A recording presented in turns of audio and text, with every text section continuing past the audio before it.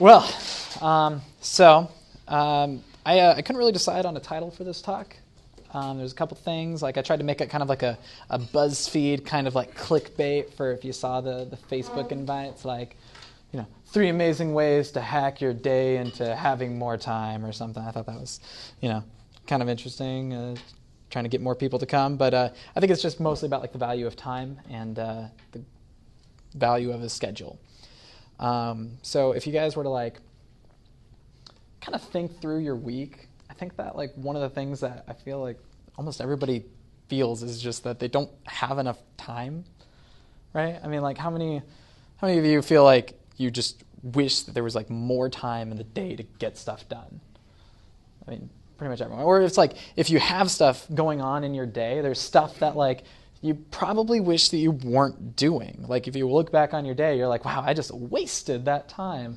Or you're like, wow, I wish that I could do this, but I'm just way too busy to even do that, right? Like these people, they're learning instruments and going out in American Idol and losing weight and lifting gym memberships, and it takes a little bit of work, but you can learn to lift a gym membership.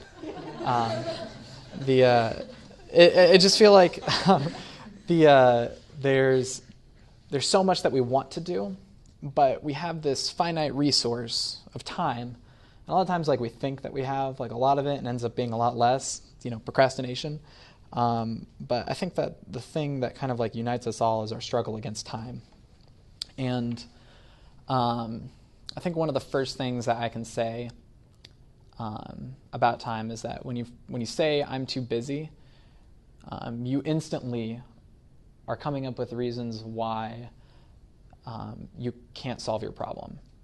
You're automatically just shutting off your creative solving ability and your creativity in that way. So, like, what's kind of the problem with our time? Well, I'm going to talk about 3 different things. I'm going to talk about what I like to call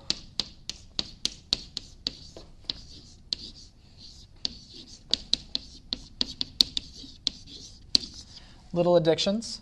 So those are things that you don't want to be doing that you do. Kind of like that wasted time. And my handwriting is not the best, so I'm going to write anyway, and you're all going to appreciate it.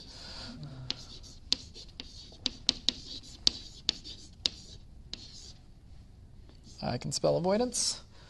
Thank you, spell check. So creative avoidance, which is doing things that you enjoy and that are good for you, but that you shouldn't be doing at that time.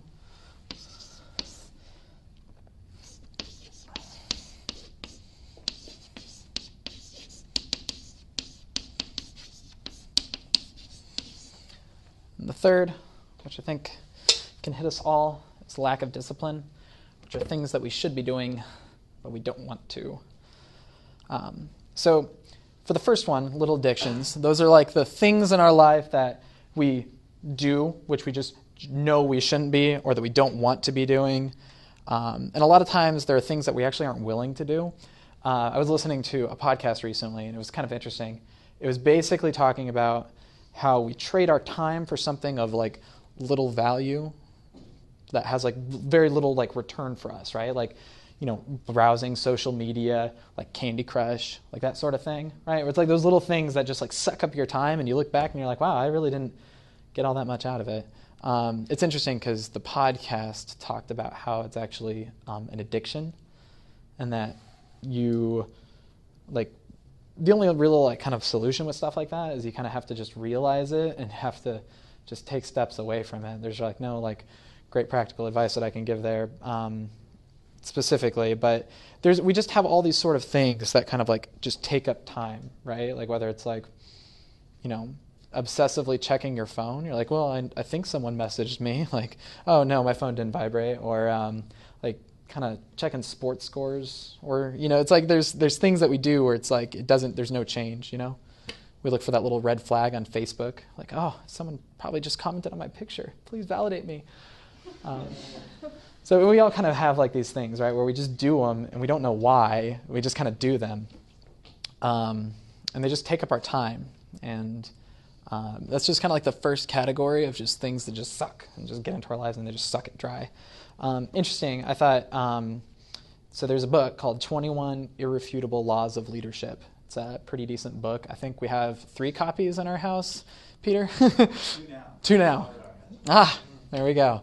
So they're getting use. One of the things that James Garlow says is that your priorities are revealed by your conversation, your calendar, and your checkbook.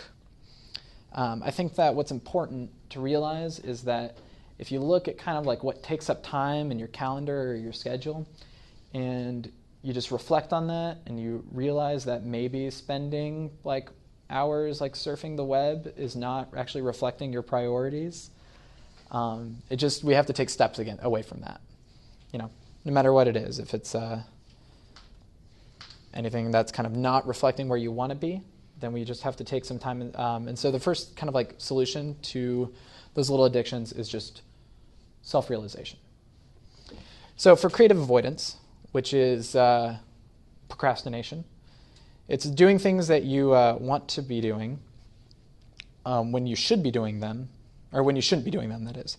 So the idea is like we have to come up with like the right times to do things. There's another term for it. It's called structured procrastination. So basically what you do is you're doing little things that feel like you're making progress. It's like, when you sit down to like write a paper and you're like, I think the bathroom's not clean. I should really clean the bathroom. I'll get back to this paper, but I'm going to do something instead of this paper. And a lot of that's because we want to make like progress. And a lot of times it's like if you have this gigantic thing that's looming over you, it doesn't feel like you're making much progress when you just kind of get into it. So we want to make like, a little bit going.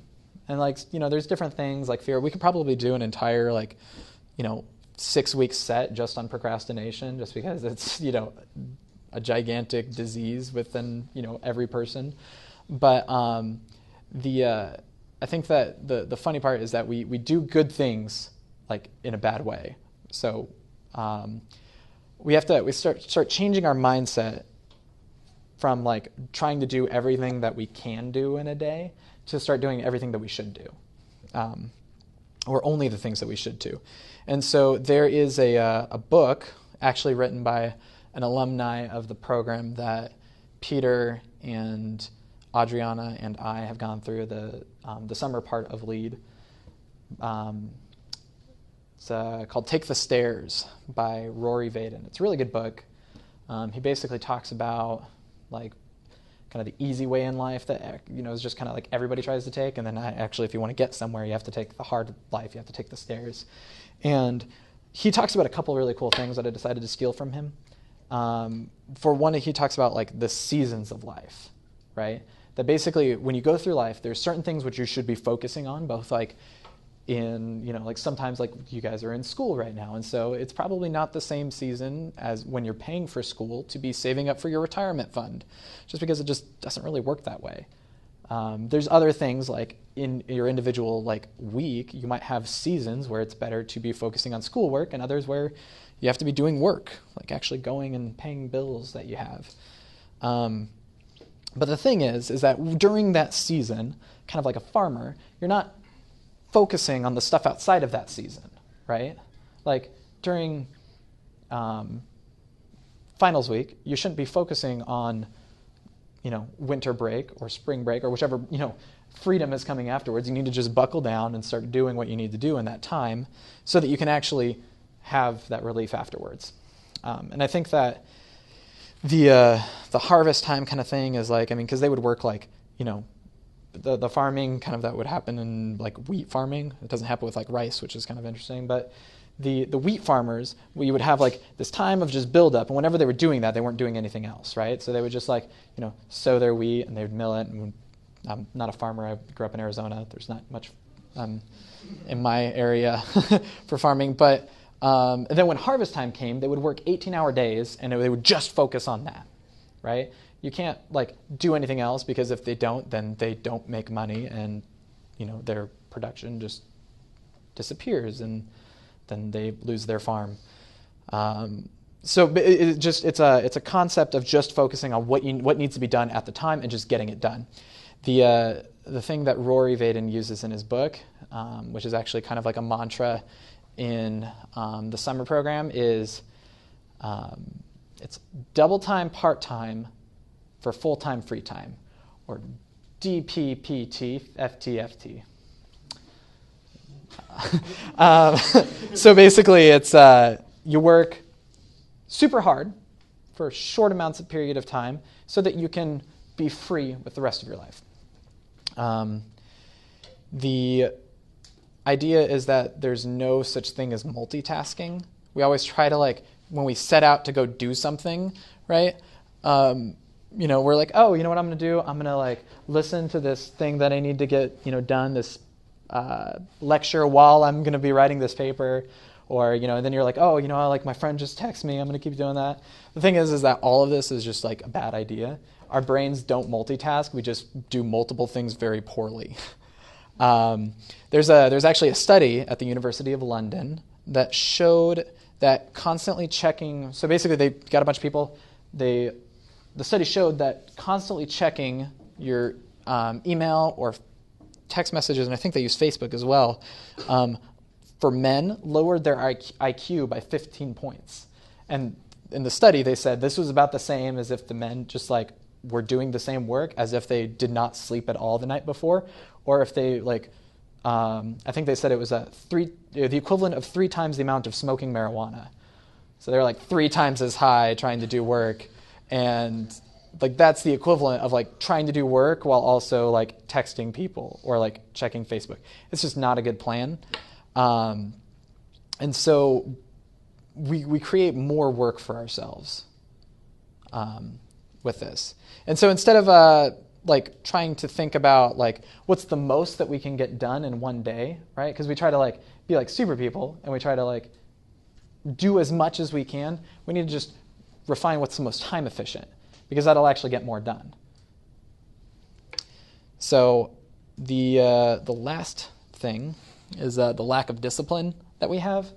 And so doing things that we should do that we don't want to.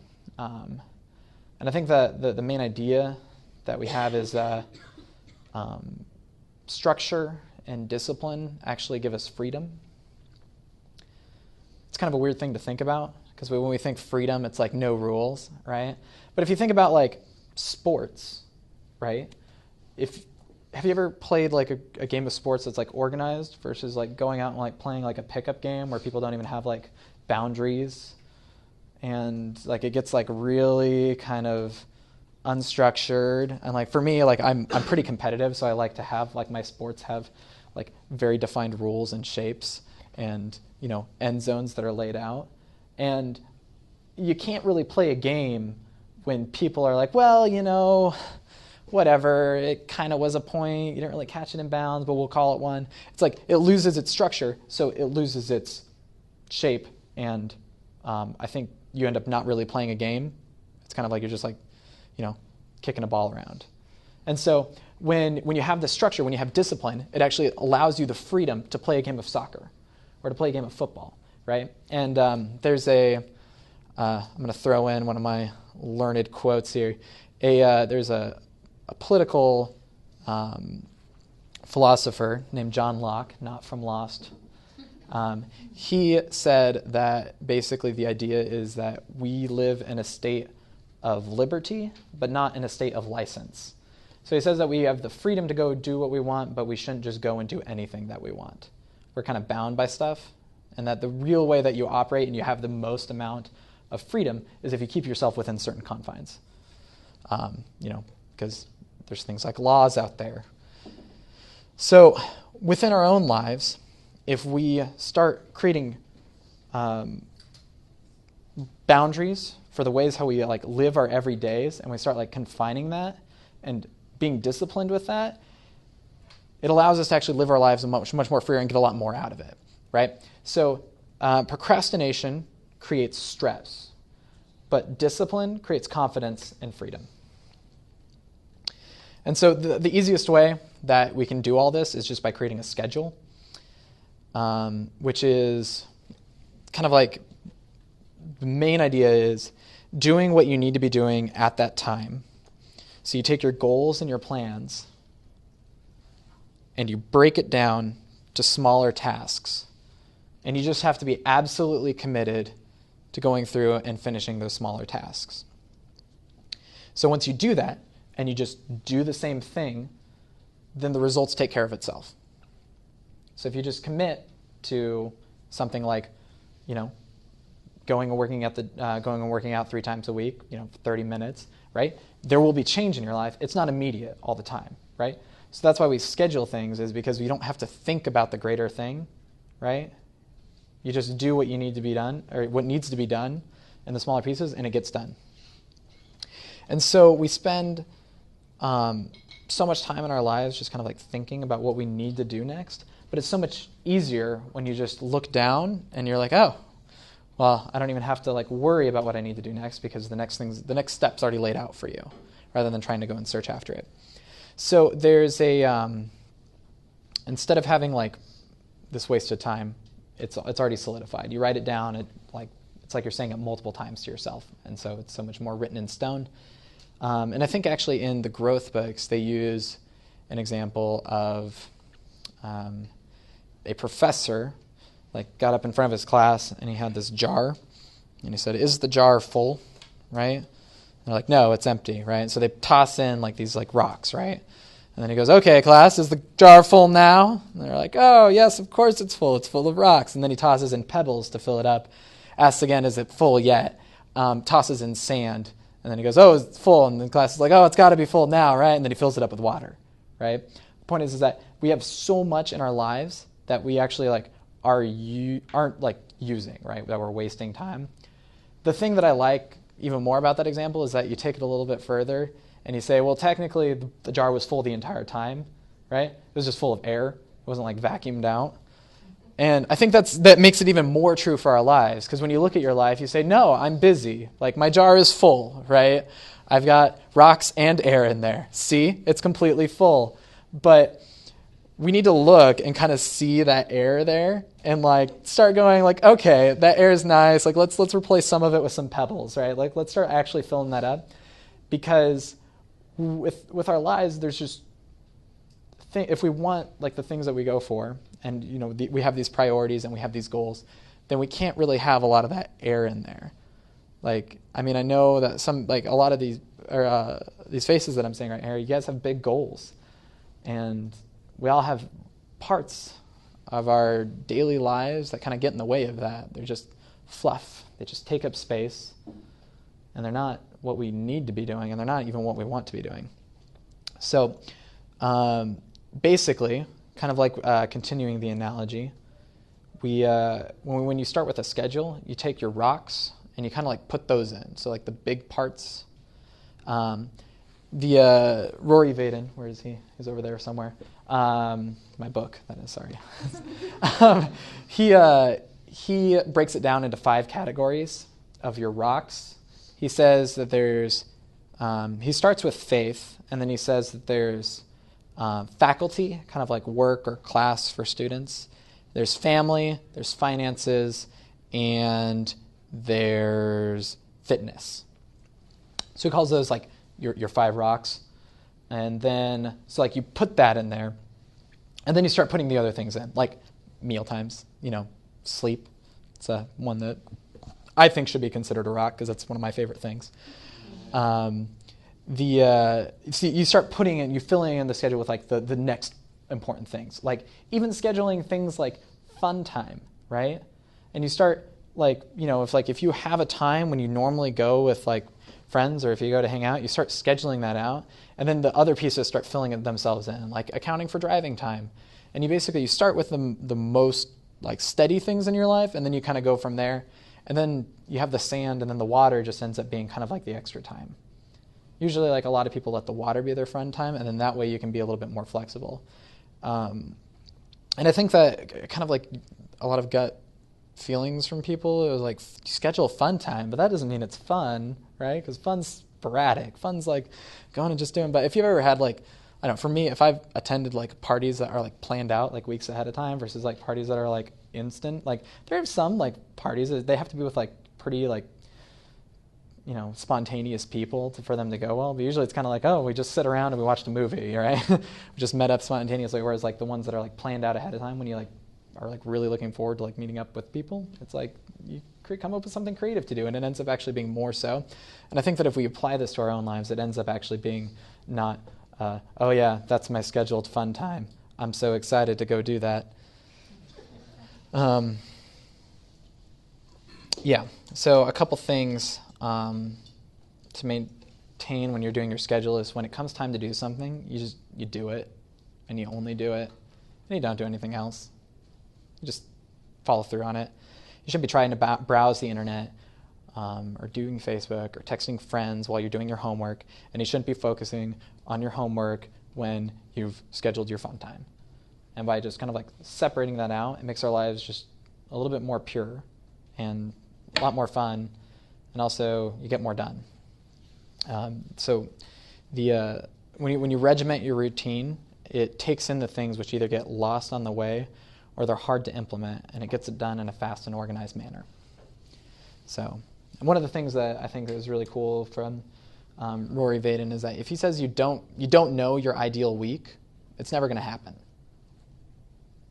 So, and so I kind of have some solutions, because there's a lot of like ways that scheduling and kind of getting stuff done and making the most out of your time, like it works different ways for people, especially because you have things like how do I like really like focus, or how do I make the most out of my days, or and everybody works just kind of in different ways. So I kind of have like a few different solutions.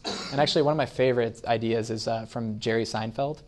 He has this idea, I'm not going to do my Seinfeld impression, don't worry. He has this idea called don't break the chain. And so when he was doing, when he was coming up and trying to be like an up-and-coming comedian, he had a calendar, and he said that basically if you want to improve on something, you have to do it every day, right? So he wrote just comedy, like jokes, every single day while he was trying to become a comedian. And he's become a very successful comedian. And he would have a calendar, and every single day that he would write jokes, he would cross it off with a red X. And that would keep going. And so eventually he would get to 6 months of just all red X's. So when he reached, the 169th like red or open window next to all these red X's, do you think it was that like hard for him to like make that into another red X and to keep going? No, that's a no. That's an easy no. Because can you imagine like looking through there and then finding that one open spot and then keeping going and there's all those red X's? Yeah, that doesn't happen. When you see that, when you get on a roll, it keeps going. And it's kind of the same thing when you're starting out, right? You just have to start it. Like his thing is just you start it, right? So you start it and you write your comedy for your first day and you write it for your second day. You've already got 2 red X's up there, so why not just do it the 3rd day, and then the 4th day, and then the 50th day, and the 500th. So that's kind of one, is don't break the chain. So whatever, if you have like something that you want to do and you want to do it every day, it's a great way to do it. Then there's scheduling your time, of course. That's a great one. There's a couple different ways that work for different people. Like I know that there's some that like I want to do like I want to work out 5 times this week. It doesn't really necessarily like matter, which days those are, but I want to work out 5 times. So some people work better kind of with like a flexible schedule like that. I think that it's a good way, and it can work even within the confines of a schedule, but I just like kind of getting like a daily planner and like blocking off time for everything, whether it's in like Google or the Apple thing on the iPhone, or just even getting an old-fashioned planner like I had to do for myself. Breaks it down to 15 minutes. I felt pretty crazy. I felt crazy. But there's a couple apps out there that I think that are really good. There's one called Stay Focused. It's for Google Chrome. It's Stay Focused, but it's missing the E in focused. I'm not sure why they did that, because it was like, Twitter. But what it does is basically if you're on your, if you have to be online for like a class or like doing research, you put in websites that you don't want to allow you to visit for like 2 hours, and it won't let you go to those websites. So it's kind of cool for like if you were like, okay, I'm going to spend the next 3 hours and I'm actually not going to check my email, or I'm actually not going to check Facebook or Instagram. You actually put that in there, and then it won't let you do that. So I'm sure if you're creative enough, you can find ways around it, but I'm not, be good. There's one called Lift that Peter and I are using. Peter more so than me right now, but it's like a habits checklist. So it's kind of like like you sign up and it'll like you say like I want to read 30 minutes a day 3 times this week, and you like click it off every single day.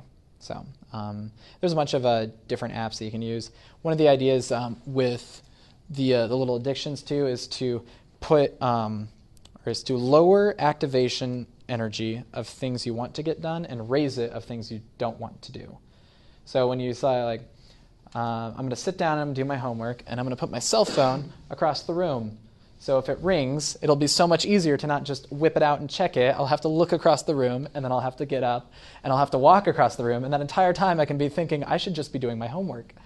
And so we basically just making it harder for yourself to do those things which you're really susceptible to do.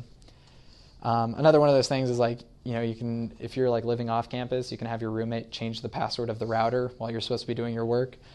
So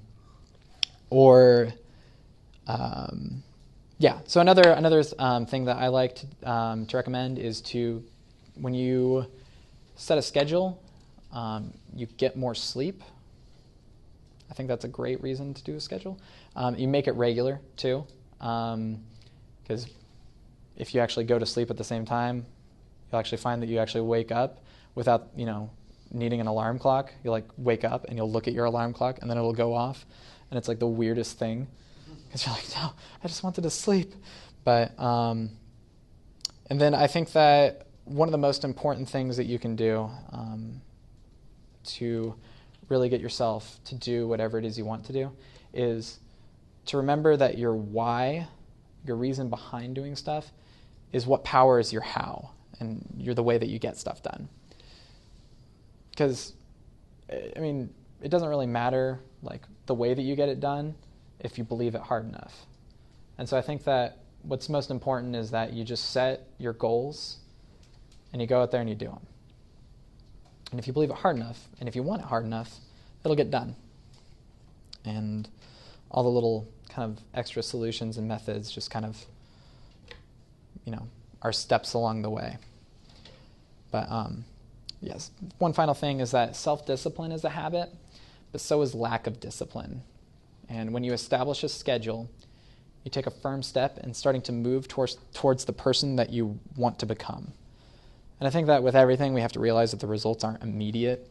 We live in a culture that tries to say, you'll lose 30 pounds in, a week, and that you'll instantly, microwave and instant coffee and all this. But I think we just need to realize that everything takes time that's worth going for. And that building a schedule and sticking to it is something which is hard, and it's immediately really weird, especially if you're in college, because college is the most anti-schedule time of your life, where you have classes that are always at different times, and you have people who are like telling you to go out for pho at like 1 a.m. And I think that it's just something that if you can implement this now, then it'll be a cinch the rest of your life, and you'll be so far ahead of everyone else. So, some discussion questions. I want kind of like to form groups of, like 3 or 4, and to go over and talk about some things in your life that you want to kind of weed out, those little addictions that just kind of get in there. And then, so that's the first one, is like, what little addictions do you have? What sort of things do you want to start up in your life that you're just not getting at? If you've ever been like, oh, I really want to do that, but I just don't have the time. So what do you want to make time for? And then, what's your plan? How are you going to start doing it? What method? What's going to work for you? All right, breaking the grooves.